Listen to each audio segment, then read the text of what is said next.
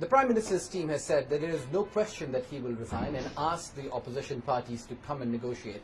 To discuss that further, we have with us a member of the committee which has been negotiating with the opposition parties and has just met the Prime Minister. Mr. Asad Umar, you're the former Finance Minister. The conditions in the country are where people are really scared, they're not sure of where the economy is headed, and that is why tens of thousands of people are asking that maybe your government should go. Actually, put it in context, we're talking about a country of 210 million people, in fact 217 million people, so a few thousand people, which is exactly what the number of people is who have turned out, is hardly representative of what the nation is thinking. Yes, Pakistan is going through a difficult economic period, but 2/3 of Pakistanis, according to the latest research, opinion polls, believe that this difficult period is the direct result of the past mismanagement, and they understand that the government is now taking stabilization measures which create difficult temporary situation for the better, and the economy is starting to move into a better territory. We seem to be heading towards an escalation. Your team has said that there's not even a discussion that Prime Minister will resign. They're saying that people could actually go to the Prime Minister's house and force a resignation. So this seems to be something that is going heated and heated by the day. What is the solution here, and how are you going to make sure that you promise them something which will placate them? So let's understand what the motivation is. The motivation which is there right now of the opposition is not based on what's happening in the economy or the conditions in the country. What is causing all of this turmoil within the opposition ranks, is the fact that they're having to face an independent anti-corruption accountability drive.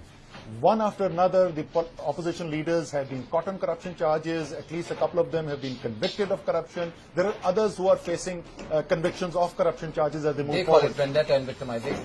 Being done by whom? Being done according to a law which they had made by a National Accountability Bureau, in which they place the people. Not one senior person in there is a person who is placed by the current government. So the people they place in there are trying them according to the laws they had made, and they are found to be guilty. And the reason for that is very simple. It is because they are guilty. They are guilty of corruption, and that is what they're trying to do, is create pressure on the government, somehow make the government move back from the accountability drive.